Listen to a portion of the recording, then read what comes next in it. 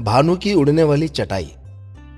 एक गांव में भानु नाम का एक बहुत ही मेहनती और ईमानदार आदमी रहता था। गांव में जब भी कोई परेशानी या मुसीबत आती तो भानु सबसे आगे रहता और सबकी मदद करता। भानु को पुरानी चीजें जमा करके रखना बहुत अच्छा लगता था। भानु को जहां कहीं भी कुछ पुराना सामान दिखता उस सामान को जमा करके घर ले आता।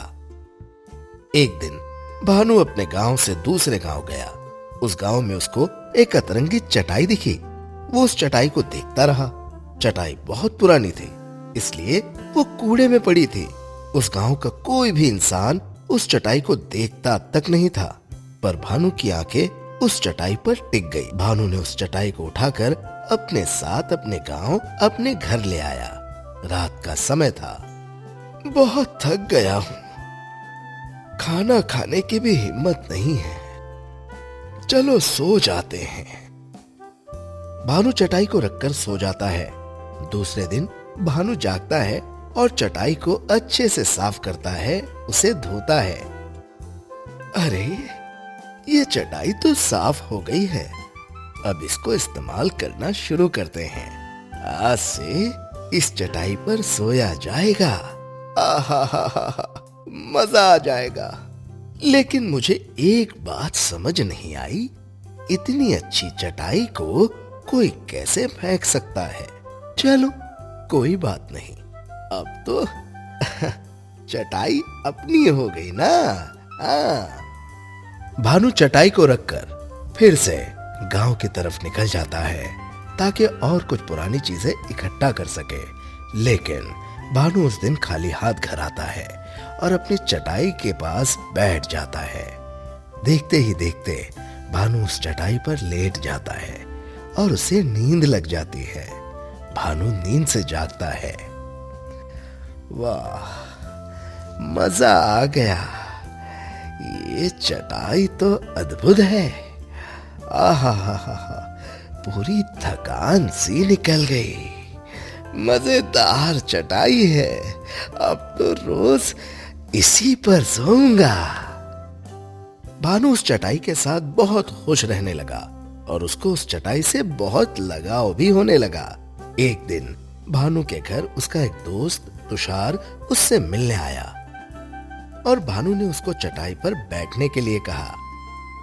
भानु, ये चटाई तो बहुत शानदार है, कहां से खरीदी? अरे तुषार, तुम्हें तो पता है मैं पुरानी चीजों का कितना शौकीन हूँ। बगल के गांव गया था, मुझे ये चटाई वहां मिली। अब तो मैं इस चटाई पर आराम करूंगा। हाँ भाई, क्यों नहीं। जैसे ही तुषार उस चटाई पर लेटता है, उसको कुछ अजीब अजीब सी आवाजें आने लगती हैं।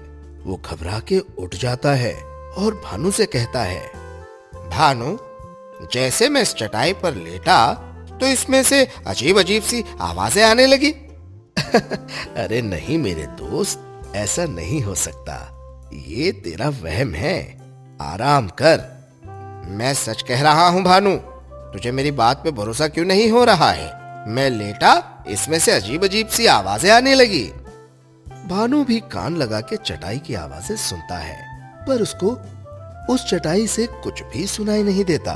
तब तुषार कहता है, भानु, ये चटाई में कुछ तो गड़बड़ है, मैं कह रहा हूँ, मेरी बात पे भरोसा कर। हाँ, इसमें से बहुत अजीब अजीब सी आवाजें आ रही हैं, अब तू ही देख ले। हाँ। नहीं यार, मैंने भी अभी कान लगाए, मैंने भी सुना, पर मुझे तो कोई आवाज नहीं आई। ऐसी आवाजें सिर्फ तुझे ही आ रही है, इसलिए कहता हूँ, भीड़ भड़क्के से दूर रहा कर, तेरे कान बज रहे हैं। दोनों के बीच में बहस शुरू हो जाती है और तुषार गुस्से से चला जाता है। तब भानु अकेला ही उस चटाई पर बैठ जाता है और उससे कहता है, क्या चटाई, तेरी वजह से मेरा दोस्त मुझसे नाराज होकर चला गया है?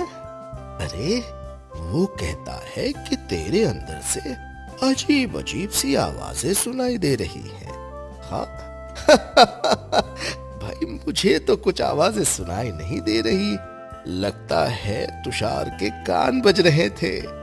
भानु, ए भानु, तेरा दोस्त सच कहता है, मैं सच में बातें करता हूं।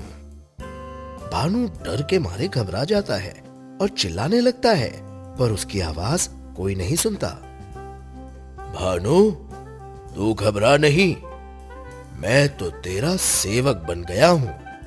तूने मुझे इतना साफ किया, मुझे घर लाकर मुझे नहलाया, मैं तो तेरा दास हो चुका हूं।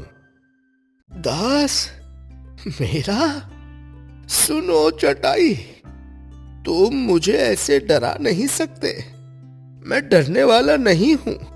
अगर ज्यादा डराया तो मैं तुम्हें वहीं रख आऊंगा जहां से मैंने तुम्हें लाया था। अरे भानु, तुम खामखा डर रहे हो। मैं तो सच में तुम्हारा दास बन चुका हूं। अच्छा, तो मुझे तुम अपने दास होने का सबूत दो। एक काम करो भानु, तुम मुझ पर बैठ जाओ। भानु उस चटाई पर बैठ जाता है और अचानक चटाई उड़ने लग जाती है। अरे बाप रे, ये क्या हो रहा है? भानु, तुम घबराओ नहीं, मैं अब तुम्हारा दोस्त तुम्हें अपनी दोस्ती का सबूत दे रहा हूं। मैं तुम्हें हवाओं की सैर करवाकर तुम्हें खुश कर दूंगा। अरे लेकिन मैं गिर जाऊंगा। तुम फिक्र ना करो भानु, मैं तुम्हें गिरने नहीं दूंगा। भानु और उसकी चटाई आसमान में उड़ने लगे। तब सारे लोग उनकी तरफ देख के शोर मचाने लगे। अरे ये क्या उड़ रहा है आसमान में? दद्दा रे दद्दा, ऐसा कैसा पंछी है? अरे ये तो बहुत जोरदार उड़ रहा है। अरे बाप रे, ये क्या उड़ रहा है आसमान में? ऐसा तो इससे पहले कभी देखा नहीं मैंने। बाप रे, पिताजी!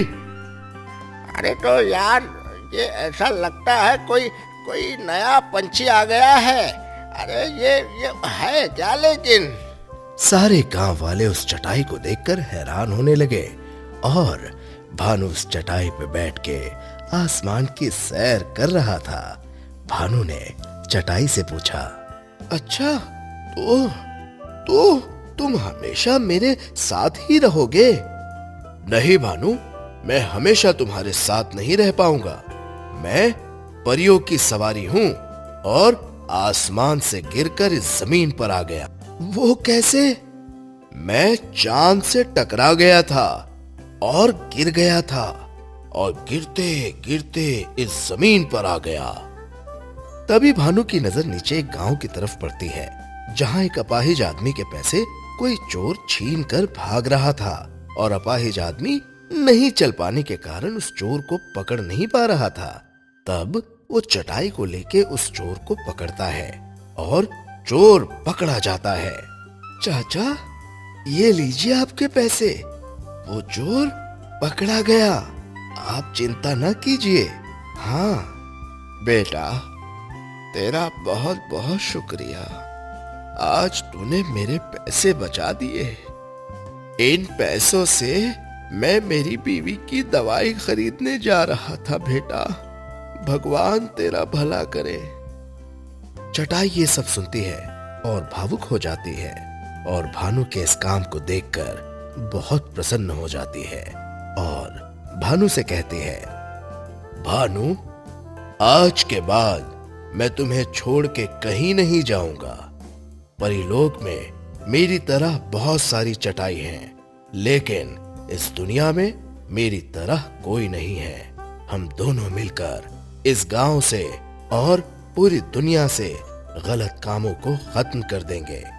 इतना कहकर चटाई और भानु वहां से उड़ जाते हैं और हर जगह घूम घूम के बुरे कामों को रोकते हैं और हर जगह भानु और उसकी चटाई की चर्चा होने लग जाती है।